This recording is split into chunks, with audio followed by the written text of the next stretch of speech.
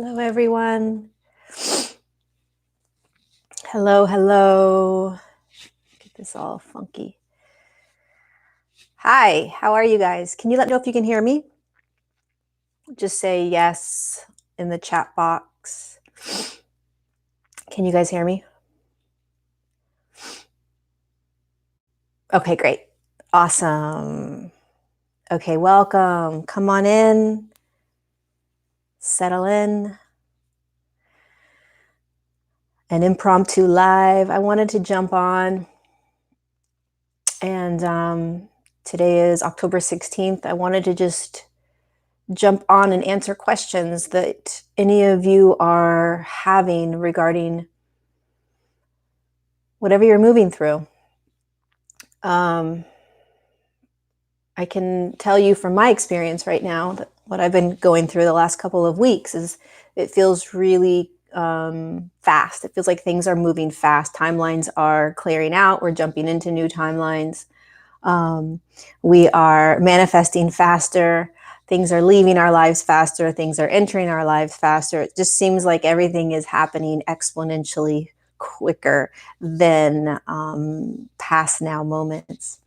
So I just wanted to jump on for the next, 30, 45 minutes and answer a couple questions that you guys may be having about what's going on with you, getting clarity around that. Yeah, I don't have any specific messages right now that are coming through other than just being available to all of you guys. So welcome, welcome, welcome. Yay, Cheryl, you're finally live. That's awesome. Hi, Brady. Hi, Stuart. Hello, Hassan, Raj. So Raj, I just did a video on how to connect with your guides. I just uploaded it this morning this morning, I think, or late last night. So if you want to go look at that, it gives a lot of detail and description on how to connect to your guides. Also, I just uploaded, it will be out Friday, a video detailing the difference between ego and higher self in the 3D, in the 4D, and in the 5D. So how we experience our ego and our higher selves in those different fields, because they are experienced very differently in those three specific fields. And it will also give you an idea of how better to connect to higher self. So you can take a look. That video on the ego and higher self is coming out Friday. And then, of course, I just put a video out about connecting to our guides. So hi, Katie, Elaine. Great to see you guys. Also, I just wanted to share really quickly before I begin two things. One, as many of you know, I have an online community. It just started this month. It's been amazing. And I don't do a lot of one-on-one sessions, so I have a really long waiting list for my one-on-one sessions. And I only get to a handful a month. But in my online community, I do one free 30-minute mini session a month. And I put all the names in a bag or a little bowl, and I draw a name out. And that free mini session is coming up on Friday, this Friday, the 18th at 9 a.m. Pacific. If you want to participate in this and have an opportunity to receive a free mini session from me, I invite you to come over and check out the online community. It's called the StarGate Circle, and it's on Patreon. It's $23 a month. You can always unsubscribe at any time. And there's also live Q&As that we do every month. There's live channeled messages and guided meditations that we do. We just did one last week with Pegasus. It was really powerful, really, really potent. Anyway, if you're interested, go take a look at Patreon. Just go to patreon.com/Lori Ladd and you'll find the community. You can take a look. And then, of course, I have my Octarian journey that I'm doing on the 24th of this month. Both links will be down below. Okay, are you guys ready to go? Oh, great, Angel. I'd love to have you. The Octarians Session, Rebecca, I'll put the link down below. It's on a couple of other videos. It's also on my website. But it's going to be October 24th at 10 a.m. Pacific Standard Time. It's going to be an hour. It's $29. And I'm excited to see what the Octarians are going to do with all of us. It's definitely going to be about upgrades and activations and anchoring, kind of like a push upward into another timeline, and also being able to more easily access our multidimensionality, which is a key piece of what's happening to us and for us right now. We're really accelerating our accelerating the access to our multidimensionality. And so the Octarians have all this awesome technology that they can use on us to assist these high frequencies that are coming in right now. So that's what they're going to do with us. It's going to be pretty awesome. Although I never know what happens until they come in. Okay. Yes, Avalon existed. Can we still ascend having a chronic health condition? Yes, you can still ascend, Tracy. You still are ascending. You will ascend. And eventually that chronic health condition will naturally start to dissolve. So any sort of health conditions, you guys, that we are facing and moving through, if we hold the highest intention for ourselves and continue to just consciously move through what is occurring, which is more high frequency light coming in. If you remember and know this, high frequency light's coming in all the time. High frequency light is energy and consciousness, right? And it's going to naturally assist whatever is happening in the physical body to heal, to clear, right? It may take 7 months, it may take 5 years. Most likely it won't take that long, right? Because as you can tell from your own ascension journey, as we keep going, the high frequency light gets more and more potent, right? It's accelerating exponentially as we continue to move in these now moments. So if you are facing a chronic illness, dis-ease, it will most likely begin to and eventually heal completely out of you. There's nowhere else for it to go but to heal through you, based on the amount of high frequency light that's going to be coming into the body over and over and over. It's like you're constantly getting fed medicine. And as long as you are consciously saying yes to it, and always holding the highest vibration, the highest knowingness of who you are, which means that in all of the pain and all of the discomfort and all of the dis-ease of what's happening in this now is not going to be the next now, right?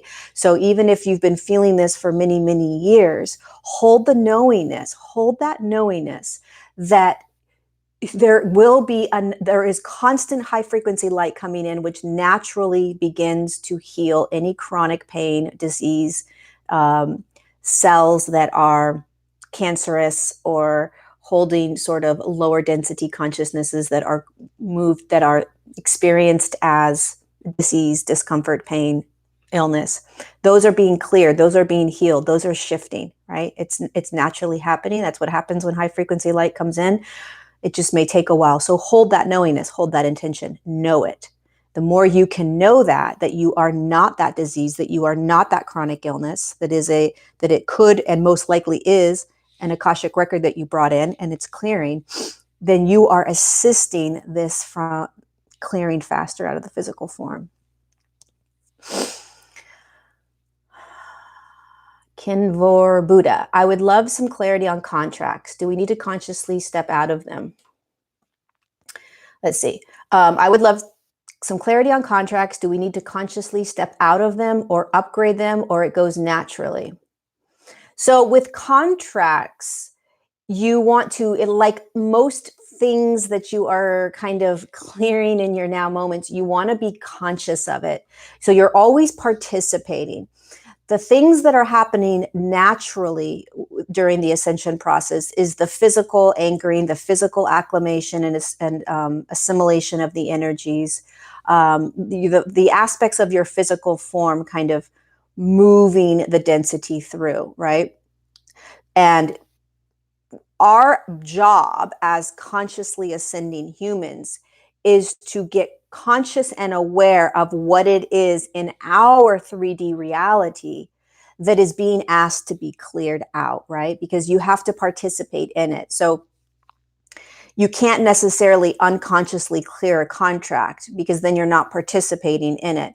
So clearing a contract would be a relationship or a contractual sort of experience that you've been having with somebody for many, many years, or for 6 months, or for 1 month, or for 2 days, right? It's an agreement that typically provides you opportunities to experience some sort of pattern or contract that you've agreed to experience in the Akashic record, like abandonment, loneliness, what are the other ones? There's so many, right? But self-worth, speaking my truth, things like that, right? There's patterns that we've been experiencing since the moment we dropped in because we agreed to them through the Akashic record. And so we create contracts with many, many humans along the way that come in and say, oh, I'll participate and help you experience that. I'll be a contract for you, right? And so what happens is that there are many people in our families and our close friends and partners and things like that, they hold contracts. So if you're conscious of, oh my God, here's another contract. Every time I'm together with this person, this is what gets triggered, right? This is what keeps coming up. Oh, this is the patterns I'm playing out. I play out the same patterns every single time I'm with this person, right? I'm done playing out those patterns. I'm done being triggered and being this type of way, whatever it is, right? It's held in the Akashic. It's been played out for many, many years, perhaps. And so basically all it is you as the conscious creator that you are, you're a multidimensional human and you have the ability to end any contract. You have the ability to say, I'm done with this Akashic record, right? And so if you are noticing that this contract is ending, that you're done, and it could be with anybody. And it doesn't mean that the relationship is over. It means the contract is over. And so you have to consciously tell yourself that this contract is over. How I am going to be with this person going forward, if I keep them in my life, is not going to be the way I have been in every other now moment with them in the past. Right? So you have to consciously participate in ending contracts. If you're unconscious, then nothing's going to happen. You're not a victim to anything, right? There's no victimhood, you guys, in stepping into all of this and becoming multidimensional. So ending contracts is massive right now. All of us are doing this. And it takes so much courage and so much compassion for ourselves and so much compassion for the other individual, because they may not most likely understand what you're doing. They may not be consciously ascending. And so you're talking about perhaps with them, I'm ending a contract, and I'm doing this. And then they may look at you like you're nuts, and they're going to have a lot of emotional response to it. They're going to be blaming you, getting mad at you, projecting a lot of sort of energetic experiences they're having onto you. But if you're consciously aware of what you're doing, you won't play in that energetic exchange. You'll know that you're doing this so that you can step into that next highest version of you. You see, when you have an Akashic record, let's just say self-worth, right? And you've decided that you want to experience what it feels like to not have a lot of worth about yourself, right? To not really have confidence in who you are. Like, what does that feel like, right? So you drop into the Akashic with the Akashic record of self-worth. And so you have contracted prior to jumping in a certain amount of individuals, perhaps parents, brothers, sisters, loved one, uncles, aunts, teachers, who knows what it is. And so as you go about your life, you are energetically connected to this Akashic record, self-worth. You've got all these humans dropping in to allow you to experience not having self-worth. What a beautiful gift. And as you start to awaken and open up, you start to recognize, holy cow, my whole life I haven't had self-worth. Oh my God, look at all of the people that have played a role in that. Thank you so much. And then you start to say, I'm done. I'm consciously going to let that Akashic record drop, right? I am done with believing this record. Because all it is a record. It's something that you brought in to experience. I want to experience that. It's not who you are. It's just what you've been experiencing. It's a consciousness. And so you start to awaken and say, okay, I'm done. I'm gonna end these contracts. And it's not about that person, right? At all. It's about the contract that allowed you to have the experience of the Akashic record. So now it becomes less personal. Like, you've been doing all these things to me, blah, blah, blah, right? Now it becomes, I'm waking up to more of my multidimensionality. I'm holding more light. I am stepping into higher states of consciousness, which allows me to be able to drop my Akashic record. And when I do that, I start to drop the contracts. I choose to say, okay, let's just say it's your mom, right? You connect with your mom and you communicate with the fact that the way you have been engaging and interacting no longer works for you, no longer serves you. You can't do it any longer, right? And so you hold firm boundaries. You state your truth. You take time out, right? You decide when, how, where you are going to spend time with that person, if you're going to spend time with that person. And when you do spend time with that person, how it's going to be. It's no longer dictated by this person, right? That's how you end contracts. For many people, you actually literally say goodbye to that person, whoever they may be, because it doesn't serve you to be in relation with them anymore, right? So it's all about you listening to your resonance and navigating how you're going to end those contracts. So it's much more complex than just ending a contract. It's also connecting it to all the other individuals and recognizing that it's connected at the end of the day to an Akashic record. You don't have to go back and end all those contracts if it doesn't resonate, meaning there's many people in my life that have allowed me to play out my Akashic record of self-worth for me, right? I tend to have had relationships in my life. Most relationships in my life with men have been men that have talked down to me, have not treated me equally, have had some sort of emotional abuse, maybe physical abuse, mental abuse, right? I don't need to go back to all of those men and cut the contracts because I'm not tied or connected to them necessarily. There are a couple, right, that I have already cut, right? But if there's anybody in my life right now, in my family or in my small circle of friends that are allowing me to still play that contract out, I will end that contract because I'm no longer allowing myself to be in that. I would never in this now moment have somebody in my life that talks down to me or that doesn't treat me the way that I currently am treating myself, right? But if I was recognizing as I was starting to awaken, oh my God, this person in my life, this mother, father, aunt, uncle, brother, sister, boyfriend, girlfriend, husband, wife, holy shit, this is a pattern. Then you have compassion about how you're going to navigate it. You know, you figure out how you're going to navigate that with compassion for yourself, with compassion for the other person. It's a big one, you guys. Ending contracts is a really big one.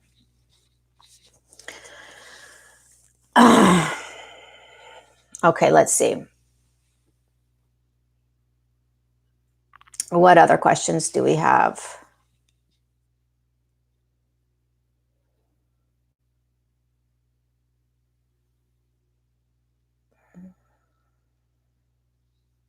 Let's see, just reading.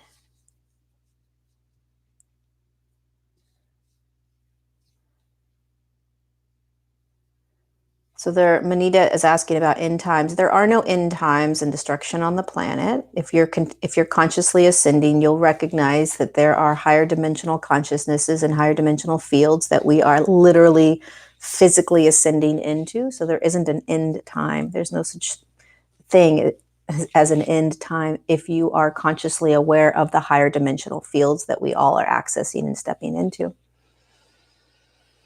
Ruiz, can you explain living in a matrix? So a matrix basically is a field of consciousness. So if you imagine a cloud as a matrix, okay, and in that cloud is a consciousness, so a dimension, right? So the matrix that we live in right now is 3D. It's a third dimensional consciousness. So it's a field, it's a dimension. You literally are energetically stepping into, and you are held in this cloud or matrix, which is a dimension. When you are in that dimension or in that cloud of consciousness, you are accessing, experiencing, being, feeling, hearing, knowing, whatever is in that consciousness. You're playing in that matrix, right? So right now, most of us are standing physically in this third dimensional consciousness. And that means that we are playing in all of this consciousness, which includes paradigms, programs, names, words, beingness, all the vocabulary we use, which I said was names, emotions, thoughts, beliefs, all of that, right? All of that is part of a third dimensional consciousness that we are standing in, which many people call the matrix.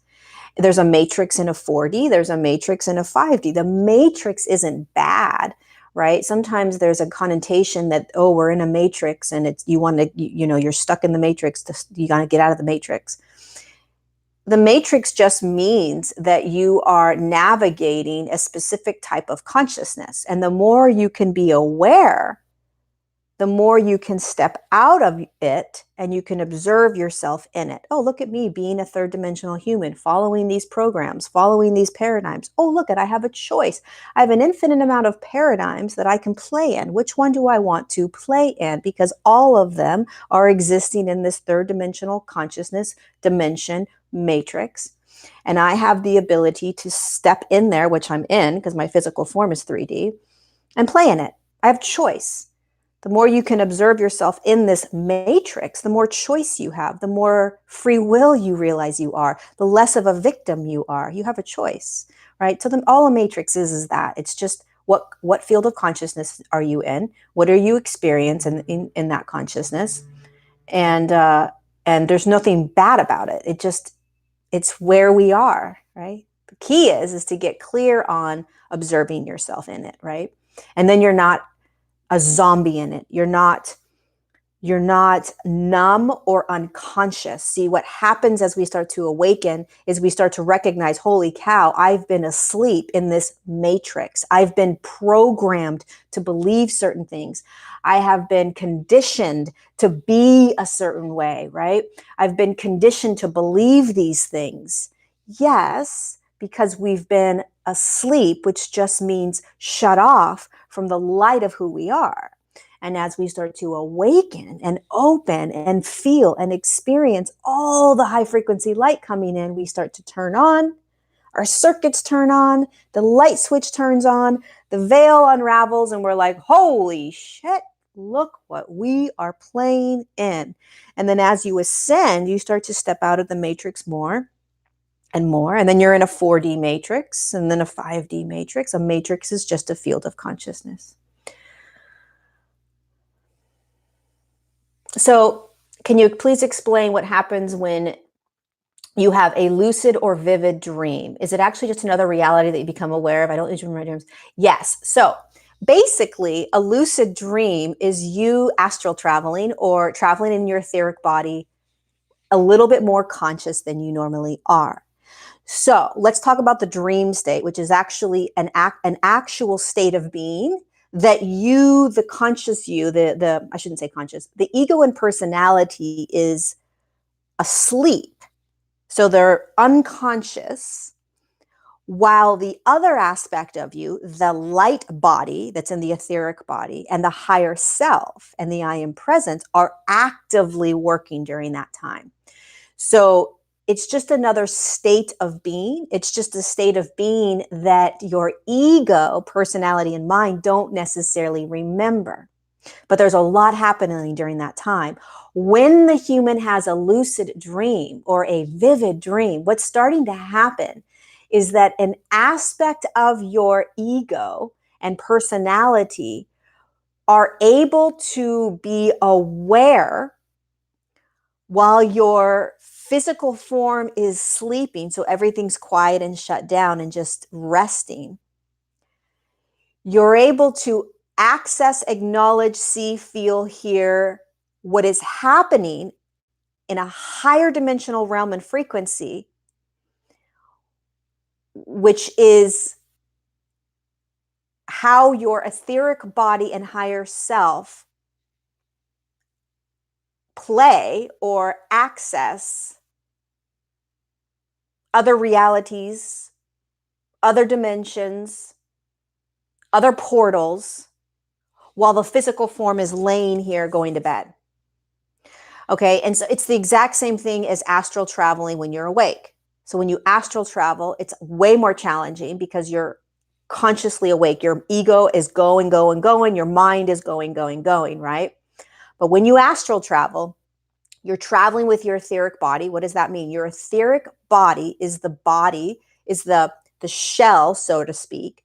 It's an energetic sort of field that holds the light being that dropped in, whatever consciousness you are that dropped into physical form that said, yes, I'm coming in. That aspect of you is held in the etheric form. Okay.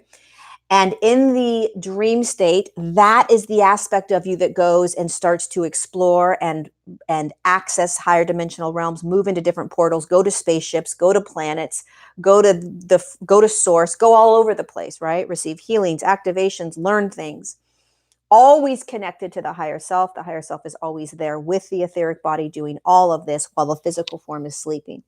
In astral traveling, you are awake, you're sitting here, eyes are closed, maybe eyes are open. It's always easier with eyes are closed. And you begin to allow your etheric body to travel into and access portals that allow you to access other dimensional fields, other dimensional beings, the same way that you do in your dream state, except in your dream state, you don't have to worry about what's happening because you, the ego, is resting.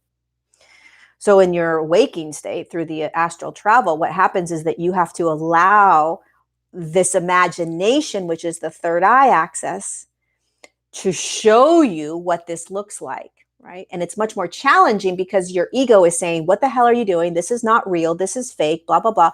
That's why when you have a vivid dream or a lucid dream, a lot of times when you come out of it, you're like, was that real? Was that not real? God, that felt really real. But it was in my dream state. When you astral travel, when you use your imagination to travel into portals, it feels like a dream. It's the same state of being, though. Do you get it? It's the same state of being. It's just that it feels like a dream because you're in another reality. You're in another dimension. You're not in physicality. You're not in 3D. But you're still in just as real of a field of consciousness as the 3D. And so a lot of us, as we're starting to awaken, we are starting to have more vivid dreams, or we're starting to participate in our dreams more, have more lucid dreaming. And it's great.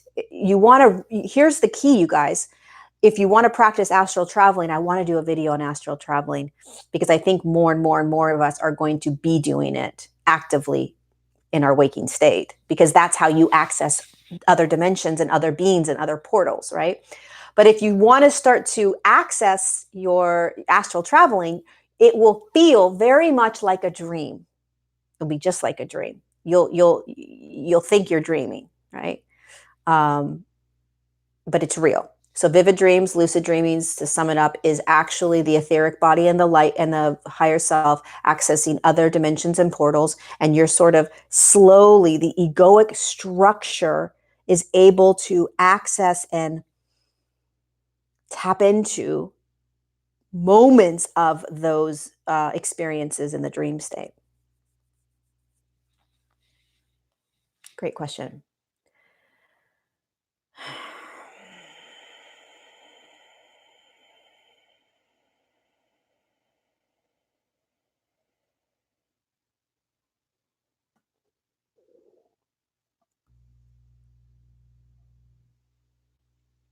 Mara, how can we go back and forth between 5D consciousness living and 3D day job? It feels very rough on my body. For example, I cannot tolerate much 3D job anymore, but want to move toward more of what I do in 5D. I think this is one of the most asked questions I get. The human is working a 3D job, which could be anything that you're considering 3D.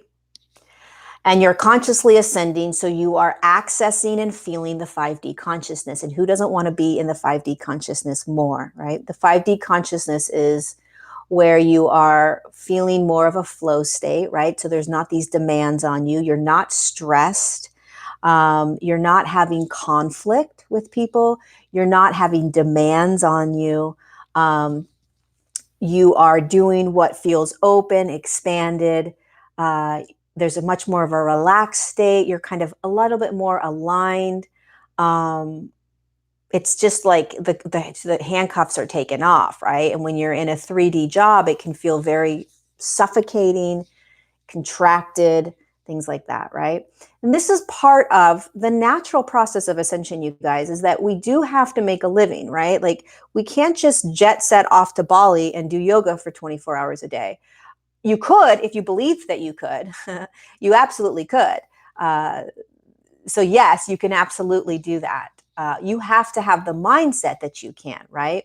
And a lot of us don't have that mindset yet. We can't quite jump into the reality that I can just quit my job, sell all my things and go and do that. But that's a reality that you can do. That is an absolute reality. That is a paradigm that you can jump into. It's a very challenging one for a lot of us to jump into. Money is a very challenging paradigm to play in, right? And to begin to step into this knowingness that when you are living in 5D consciousness, you are fully abundant and always taken care of. That is an absolute fact.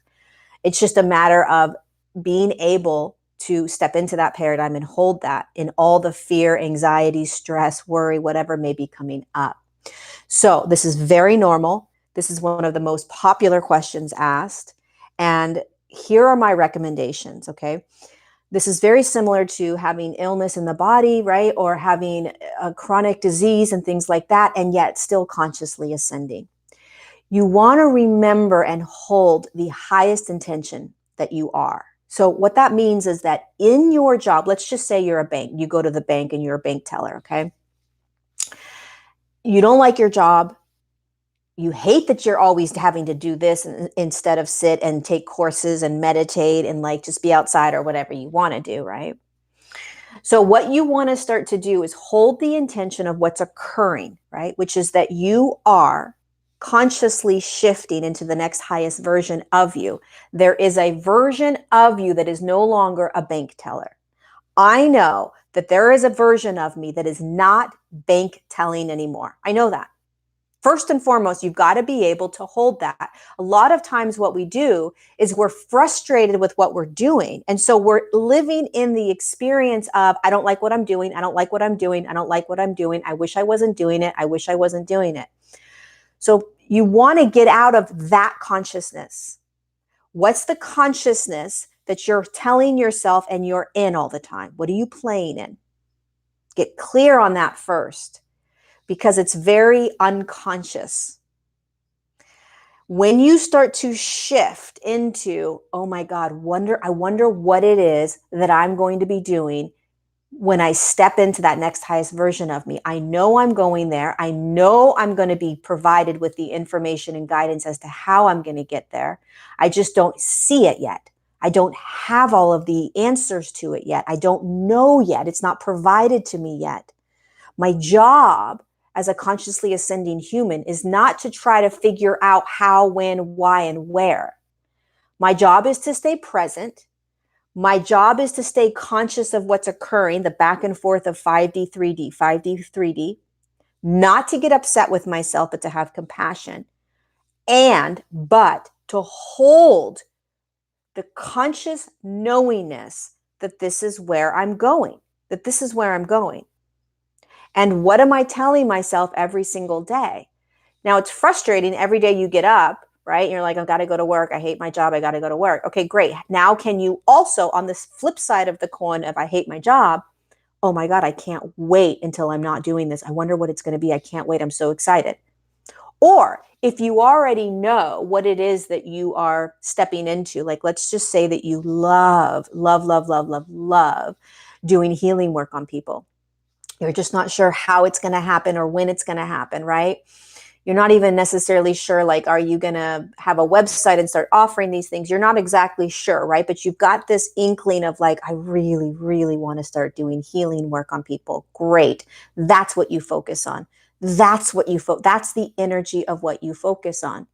When 3 years ago, when I first committed 100% to doing my work, I was working in private equity. I've told this story before. I was working in private equity as an executive assistant. And when I finally said, I am committing 100% to my service to humanity, I literally switched and looked at a completely different timeline. I was still going to private equity for another year. I was still going and getting up every morning at 5:30, 6 a.m., taking that ferry to work, listening to my boss tell me 17,000 things to do, being stressed out, blah, blah, blah. But I was no longer living this timeline, okay? I was actually focused and living this other timeline in the now. So even though in the now I was experiencing everything, I knew that where I was going and what I was stepping into wasn't a fantasy, wasn't something I was making up, wasn't a, oh, I hope so. God, I hope, I don't know how, maybe it's not going to happen. No, I was focused. Now, I had no idea what I was going to do. No idea. I didn't know that this is what I was going to do. No, I had no idea. I didn't even know I wanted to be a healer or a channeler. I didn't even know I could channel when I committed. Okay. All I knew is I was doing this, whatever this was. And I also had 100% confidence in whatever guides or higher self I had, it was going to show me. So I stayed in the present of what I was doing, but my entire focus shifted, you guys. Everything shifted. I was now walking a different timeline, even though I wasn't in that timeline yet. And there was nothing that was going to tell me I wasn't going to get there. And so what I did was I started focusing on, okay, let me start to think about what it would look like to make a website. Let me think about what it would look like to have a mentor. Is there a mentor that I'm feeling called to work with, right?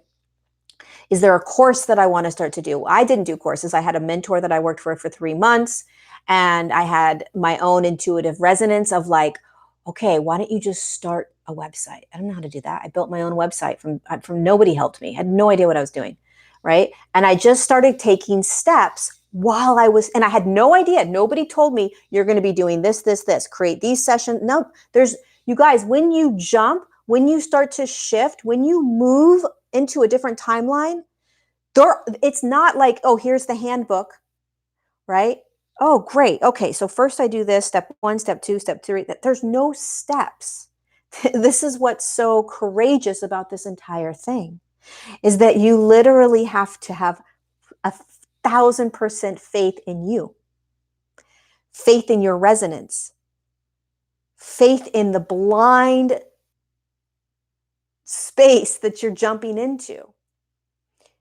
If I didn't take that blind faith and jump when I was comfortable jumping, I wouldn't be here right now. I'd still be in private equity. So it took a year for me to figure out how I was going to do it. I was also a yoga instructor, so I knew that I could teach yoga full time if I quit while I started doing who knows what I was going to do, right? The point of this story is you create the reality. You're not a victim, okay? And what I also did was that I started to recognize that who I was as a being in private equity with all the humans, I was still going to be when I moved over to that other timeline, when I shifted. Meaning, how can I practice who I am there now? So it's not like you're kind of shutting off and not being you in the now, but you are recognizing that this path you're on has ended, even though you're still on it. You have already jumped over to a different timeline, even though you're not there yet. You're just preparing. And so how can you be that person in this now while you're waiting for that bridge so that you can walk over it? The other thing that's really important, at least for me, was that I was never going to jump. I was never going to take that leap without feeling confident that I was going to be able to pay my bills. I didn't see a point to it. I would have been debilitated myself. I would have been frozen. I wouldn't have been able to do my website or start to post things, start to do YouTubes. If I was worried about money and how I was going to make it, I wouldn't have been serving myself. Okay. And that's my personal experience. So there's no rush other than the desire to get going, right? So you're always holding that timeline, and you're being compassionate for yourself, but you also want to recognize the fear that may be holding you back. Okay? Because there was a moment where I knew I had to finally quit, even though I wasn't exactly sure if I was going to be able to pay all my bills. I knew I had to jump. So there's a fine line, right? There's a fine line between figuring out when it's time and if you're prepared, and doing it even if you don't feel 100% prepared, okay? So you have to figure it out on your own. Hold that other timeline. Know what's happening. Know what you're doing. Be compassionate and be the version of you that you are in that higher consciousness while you're at the job that you can't stand. That's the practice. You are 5D consciousness wherever you are. So be that 5D consciousness in the job that you hate and start to impact all the people around you. My bestest friend in the whole world, my spiritual partner, Joe, Yogi Joe, who's on here, he drives Lyft part-time, right? And there are days where he can't stand the fact that he's driving Lyft. But I will say to him sometimes when he's going out to drive, impact the humans that are coming into that car. That's why you're there. You're not there to be a driver. You're not there to be a taxi person. You're not there to hate your job. You're there in that front seat to impact every human that comes into that car, that opens that door and says, "Hi, Yogi Joe," and gets in. That's why you're on the planet. You're on the planet to impact every human that isn't aware necessarily of what's going on or why they're coming into your field. You put your suit on miserably. You get into your car or you commute on the bus or the ferry or whatever you do, and you're miserable because you don't want to be doing it. But what about all the humans that are coming into your field that aren't aware of 5D consciousness? And your job as a 5D conscious human is to expand yourself out so that they can tap into it and learn and remember and feel and be seen. From a much higher perspective, that's what it's about. And you hold that timeline. And I promise you, if you can start to shift and say, okay, I'm going to start to be that 5D consciousness in my miserable job.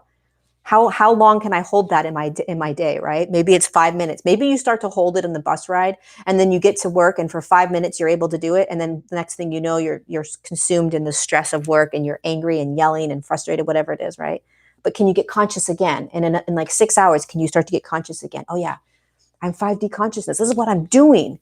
This is why I'm here. This is why I'm here. How can I impact any human that's coming into my space? You'll feel like you're actually doing something. Long answer. Hopefully it helped. Hi, Cheryl. I'm so glad you caught me live. Yay. Jazz hands. Make an impact on the collective, one human person at a time. Hey, not another James Murphy.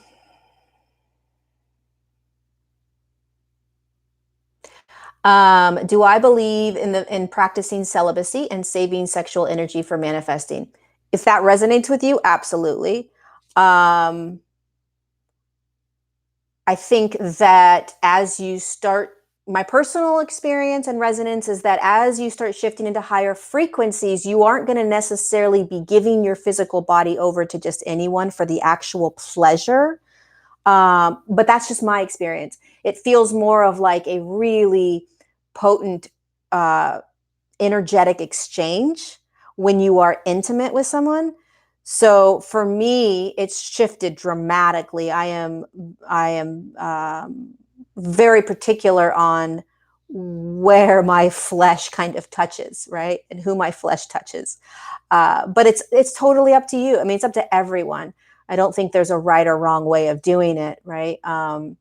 But it is interesting that as I've been shifting into higher states of consciousness, how my sexual relationship has shifted, sexual relationships, any of that has shifted.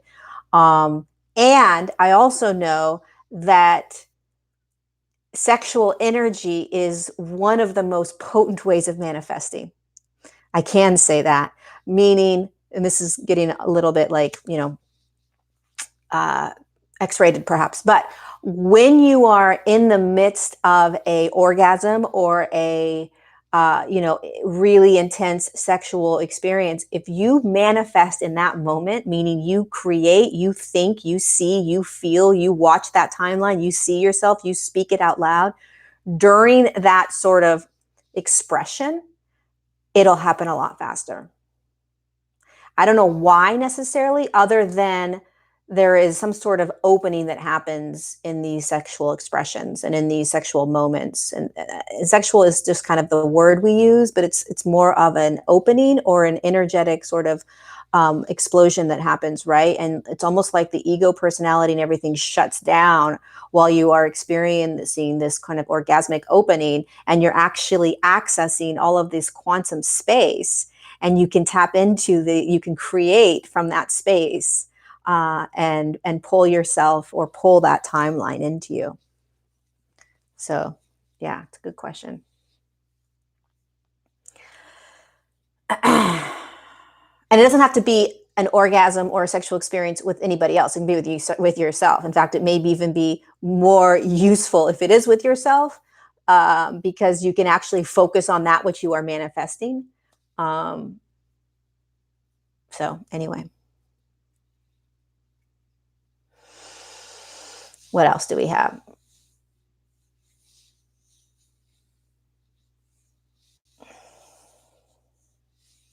Aaron's been doing that. Yeah, I've done it a couple of times, not to get too personal, but I have manifested in the midst of like an orgasmic experience, and it's happened pretty fast. The what I manifested. So, hi Laura, I'm having such a hard time. I feel like everything is triggering me, and all my work in my career is going nowhere. How do I move forward and out of this stuckness? So Atea, you're feeling stuck like so many, you're being triggered. So being triggered is actually something you want to consciously be a part of. Okay. So when you're being triggered, basically what is happening is there is some sort of pattern or record within you that is constantly being shown by some other person, place, event. And you want to look at what that trigger is. What's that emotion that's coming up? What's that thought or belief system that's coming up? And you want to participate in it, meaning that you want to get clear on whether you are courageously shifting out of it, right? So look at it, examine it, be the observer of it. You are not it. You are not that which you are experiencing as the trigger, okay? And you have the choice as the observer to begin to navigate that trigger and say, okay, I'm clearing it. Okay, I want to clear it. Okay, I'm loving myself through this. Okay, I'm loving myself through this. I'm loving myself through this. I'm loving myself. I'm loving myself. I'm loving myself. Instead of getting angry, beating yourself up. Why is this happening again? Why am I still feeling this? What's going on, right? That's a consciousness. If you hold that consciousness, you're going to be that consciousness. I'm so frustrated. I can't stand this. I hate this, blah, blah, blah. Instead of, okay, I'm clearing this. Oh, look at this trigger. Get curious. Oh, look at this trigger. Oh, this trigger is really annoying, but it's clearing. I'm clearing it. I'm clearing it. You clear it by consciously being aware of it, that you are not it, that you're observing it, and you are consciously saying out loud to yourself that it is clearing out of you, right? We want to get clear on what consciousness we're playing in, right? So if you're playing in a consciousness where you feel stuck, right? That you feel like you're not moving, you're always shifting, it's always happening, but get clear on the consciousness that you're holding every day. What are you thinking every day? What are you feeling? What's your monkey mind keeping you stuck in, right? What is the monkey mind keeping you stuck in? You want to observe as opposed to playing in it. You want to observe yourself Observe yourself going through it. Don't monkey mind and get stuck and consumed in it as if it's you. Okay, you're not this consciousness. You're observing yourself, experiencing yourself going through the consciousness. Remember, you're in the matrix, you're in the consciousness, you're in the cloud, you're playing in it. You are not it. So you're playing in that consciousness. Okay, you're playing in the consciousness. You're observing yourself playing in it. While you're playing in it, what am I thinking about myself? What am I believing? What am I stuck in? What's happening?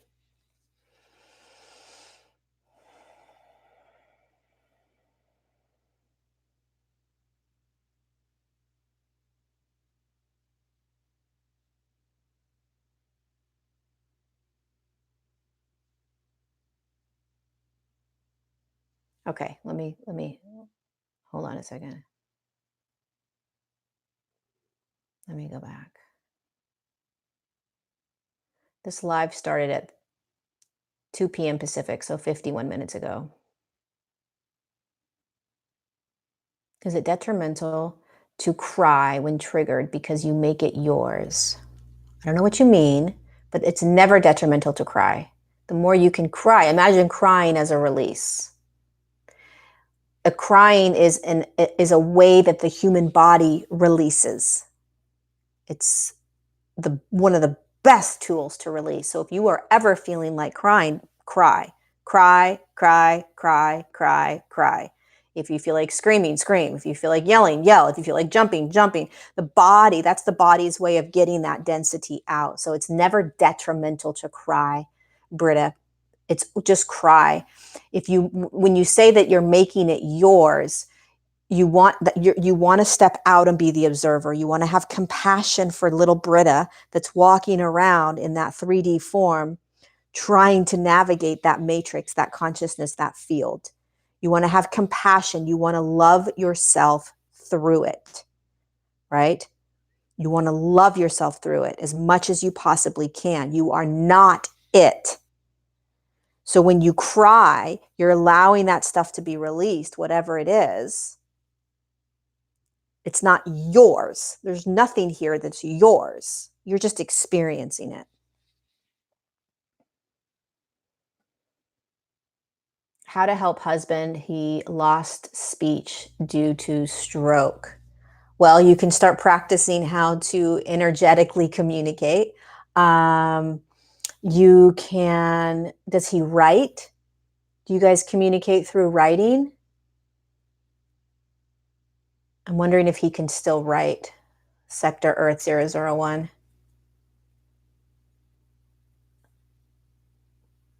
This is a good practice. I'm just feeling into this. This is actually also a really good practice of starting to communicate through like what we would call telepathy, right? Which telepathy is just feeling somebody else's energy, right? Back and forth. So you're feeling their energetic field, they're feeling your energetic field, and then you're trying to translate it. But I'm not sure, maybe he can write. Let's see, what else do we have? No writing. Oh, he can't write. But he can understand you if you write. He can read it, right? So if he can read what you're writing, then start to create ways in which he communicates, like through blinking of the eyes, like one blink, two blink, something like that. Or I would start to it feels like he's able to communicate. It's almost like he's pushing energy into you to be his energetic sort of he's communicating energetically. You got to start to learn how to read him energetically. Write for him and he can read it, I think. So I have this massive allergies right now, you guys. It's so bad. And I did my video yesterday with allergies. I have such bad allergies today. I don't know what's going on. I think you have an allergy. Oh no, I have allergies. There's no thinking. I've got allergies for sure.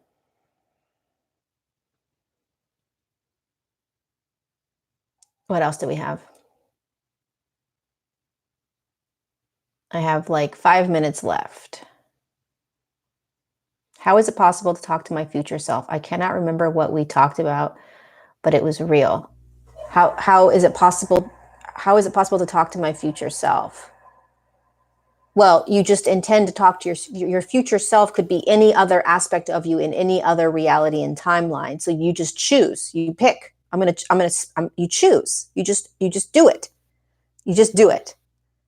Which aspect of you do you want to speak to? Which aspect of you? What is that aspect of you doing? Where are you? What do you look like? What do you sound like?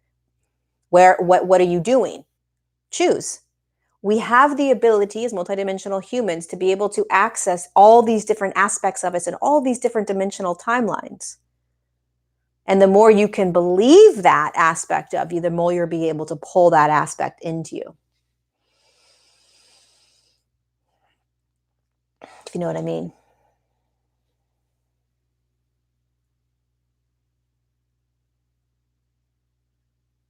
Empower your dreams, earthly starseed Melody Rose. You experienced a divine counterpart, sexual energy. It was like I wasn't there, but I was here. It was super intense. He has confirmed it was how he was feeling. Kundalini awakening. It's possible that it was a Kundalini awakening. It's also possible that it was you connecting energetically to your divine counterpart, which can create massive amounts.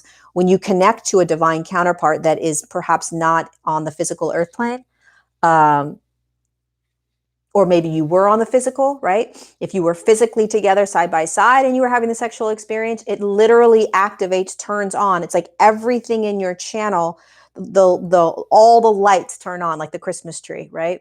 And you're activated. You don't necessarily stay on that bright because you may not be able to function in every day. You have to, when you have a Kundalini awakening, or basically the whole entire Christmas light turns on, which is all of you, all of the multidimensional aspects of you kind of turn on. So all of a sudden you have all these abilities, right?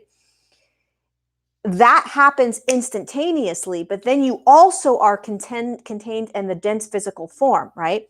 So it would be detrimental for a lot of us when we have the Kundalini awakenings to then start to navigate this density. We would be put in mental hospitals and we would get really sick perhaps, or there's all different things that could happen to us if we held that Christmas tree lights on all the time. So what happens a lot of times for us is that we have that Christmas tree light turn on, the Kundalini experience, and then it slowly dims. How many of us have had that experience, right? Slowly dims, slowly dims, slowly dims, only for us to slowly turn the Christmas tree lights back on, but in a more slow way so that we can navigate it better. We can integrate it better. We can assimilate it better. We can anchor it better, right?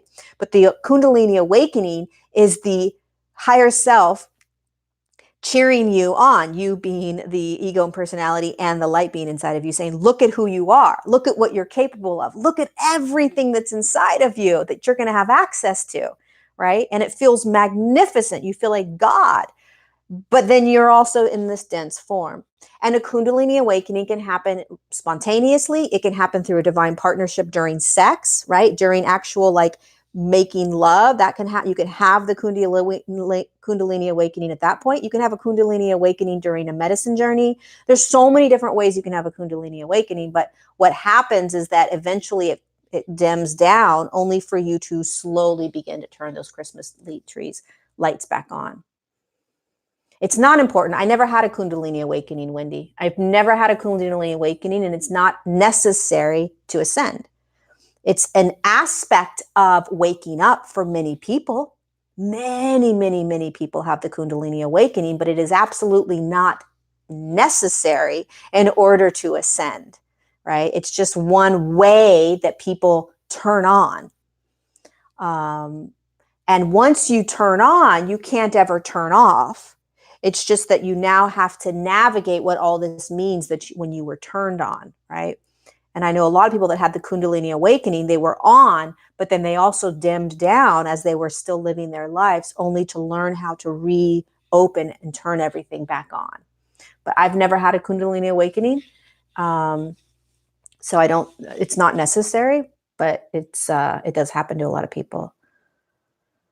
One more question. Holly Ashley. I think you just emailed me. Hi, Holly. I had a healing the other day by a medicine man and it sent me into depression. What is that about? Okay, great question. Beautiful question. This is good.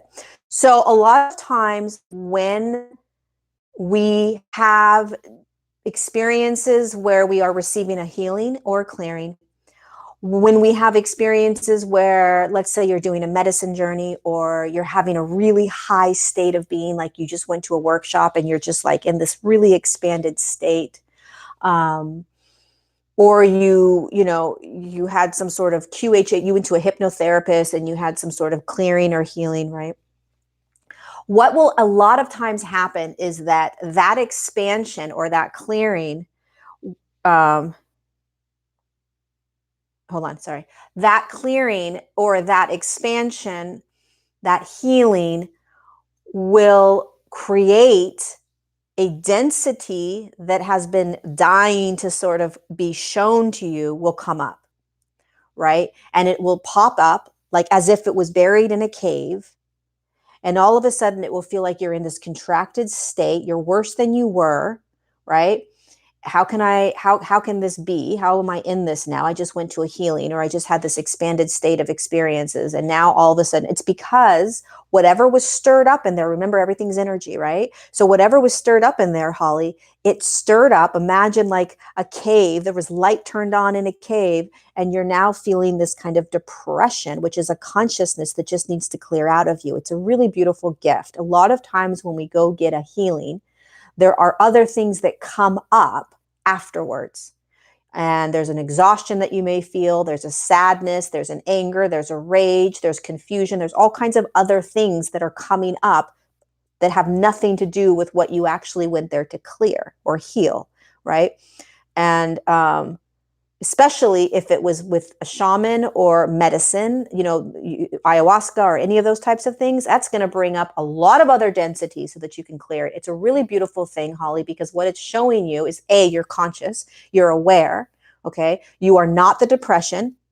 You're experiencing the depression. The depression is a consciousness that has formed, okay? And it's being asked for you to just see it, acknowledge it, recognize it, so that it can just lovingly clear out of you. Imagine the consciousness is saying, hey, Holly, I've been in your body for quite some time, since you were around 5, 6, 7 years old. And I would love to be able to clear out of your body. Can you just feel me for a little bit? You are not depressed, okay? You are not stuck in this. This is not who you are. It's just coming up so that you can courageously, as an ascending human and light worker, way shower, allow it to clear out of you, okay? The more you can hold that knowingness, as opposed to, oh shit, what's wrong with me? Why am I depressed? Why is this happening to me? Start to look at it as, oh, this sucks, perhaps, right? Human emotion. We allow ourselves to have the human emotion. This sucks. I don't like feeling depressed. Nobody does. Oh, it's coming up though, because it's going to clear out of me. I didn't even know it was there. Where the hell did it come from? Don't worry about trying to figure out, where did this come from? Is this connected to an Akashic record? Are there contracts I have to clear? Don't worry. Just feel that consciousness courageously. If you have to shut down, if you have to eat pizza, if you need to watch a Netflix series, if you need to go somewhere, this is when it's really important to honor what we need. Imagine you're a baby that's trying to figure this all out, right?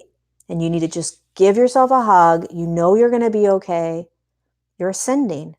And so a lot of times when we have healings or this work done on us or things like that, even massages sometimes can turn a light on in a cave where depression or other things have been kind of tucked away. This is what we're doing here, you guys. This is why we're courageous humans, because we're actually looking at it and saying, I'm now feeling depression. What a gift that you're now saying that you're now seeing it. You are not depression. There was a question that Joe's giving me that says, how do you use Reiki in your life? So I'm not a Reiki master. I don't do Reiki. I've used Reiki a little bit, but what you can do if you know how to use Reiki, basically Reiki is being able to access and move energies out of you or through you with your hands, right? So, or your own sort of conscious awareness of the energy. You don't even necessarily have to use your hands, right? But it's the ability to see consciousness in the physical form and move that consciousness out. So for instance, with Holly, let's just say you're feeling depression, right? You have to get into the body. If you're doing this on yourself, right? You want to get into the body. So you want to find the breath. And then what you need to do, or what you should try to do, is navigate where that depression is. Where am I feeling it? My heart. Oh, right there, right? My heart center, that fourth energy center. And so then you just quiet yourself, right? Again, I don't do Reiki. I don't even know how Reiki really, I don't know how you become a master of Reiki. I'm sure there's people in here that do Reiki, right? But what I do know is it's moving energy with the hands, or conscious awareness, intention. So get aware of where that density is, tap into it. This is what all the light beings always show us. Tap into it, and then lovingly start to move it out with breath, with consciousness, with love, with your hands. You can feel, if you just stop for a second and put your hands close to your body just like this, you can feel energy. Why? Because you're an energetic being. If there's anybody on here that does, I know Joe's a Reiki master, but if anybody else is a Reiki master and has information on that, share it.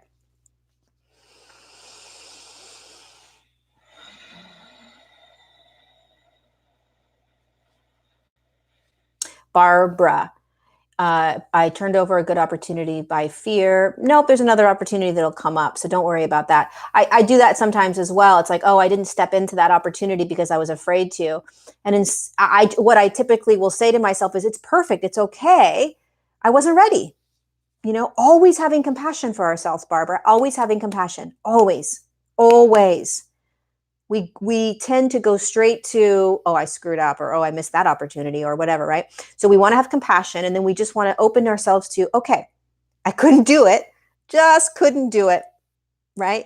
Kind of, again, the observer watching the human experience, almost trying to find a little bit of humor with it. And I couldn't do that jump this time, but there's going to be another opportunity, because it's what I'm designed to do. It's what's next for me. So for instance, I'll give you an example. 2 months ago in August, I was told I was going to be moving. I was told by my guides, you're going to be moving. And the first opportunity I had to move, I didn't want to. I was not ready to move. I just didn't want to move, right? So ego Lori, chose not to listen to higher self and start to move, which is okay. I allowed myself to have that. I didn't care. I knew there was going to be another now moment that I was absolutely going to be moving, because I knew that was what my higher self was telling me. So I held the notion and the awareness and the knowingness from a different perspective, or a different frequency, that I was moving. Okay. So Barbara, what you want to do is, instead of thinking of the perfect place, right? So having an expectation of like this perfect place and an attachment to it, you just want to know that there is an aspect of you, which is your higher self, that is guiding you to the place that is going to serve you best. Do you have that awareness? Do you have that knowingness, right? You have to have that. When I work every day in my life, I know that I am not in charge. I being the ego, Lori, ego. I know that my higher self is always in front of me, showing me. I know that. And so I trust it more than anything else in the world. So Barbara, you have to trust that your higher self is absolutely, unequivocally going to show you the next place. And then it's up to you to be ready. This is how we work with higher self, ego and higher self, right? And be okay if you're not ready yet, because there will be a better place, or another place, not necessarily better, right? But there'll be another place. This is how higher self works. Higher self doesn't stop or quit on you. There will be another place, right?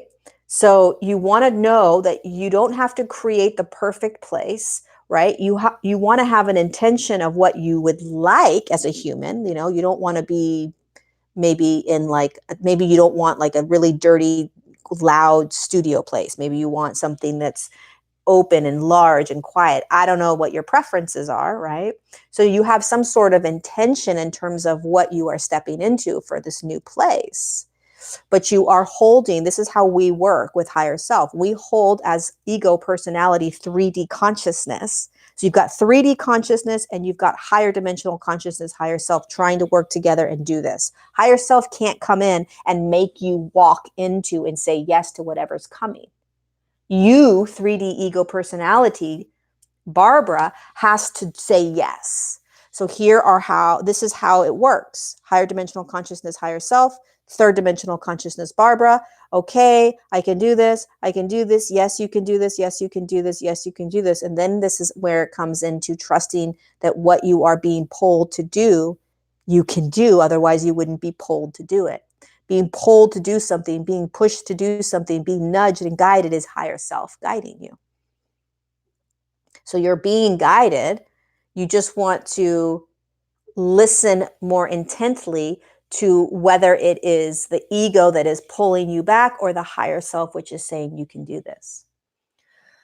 Okay, I'm gone over. I'm going to do one more question. Any more? Just one more. Do you think antidepressants hinder ascension, Amanda? I think anything that the human needs in order to function in this crazy, beautiful, amazing consciousness is okay. I think that if you are on antidepressants, there is a reason you are on antidepressants, okay? I think that when you start shifting into higher states of consciousness and you have more of a stable understanding of that and an anchoring of that, that you can get off antidepressants. I think that it is an individual resonance. And no one can tell another human whether they should be getting off or getting on antidepressants, okay? I don't think anything hinders our ascension path because we are here in physical forms consciously saying yes to it. So do I believe there will be a time where you will no longer be on antidepressants? Yes. I was on antidepressants for 12 years. From 2004 to 2013 or 14. So what is that? 10 years?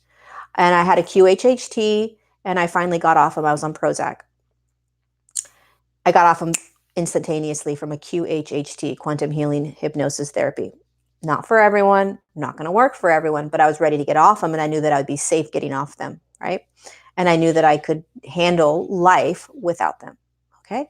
So it's always up to what is best for you, and you are not being slowed down because you are taking antidepressants, and don't listen to anyone that tells you that you are, okay? It's a paradigm.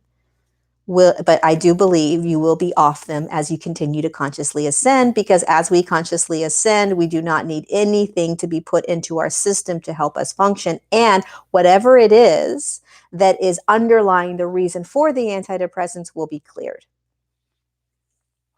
Got it? Make sense? Yeah, you got to be ready, and you got to know that you're okay when you get off them. So I trust that you'll do that when you know.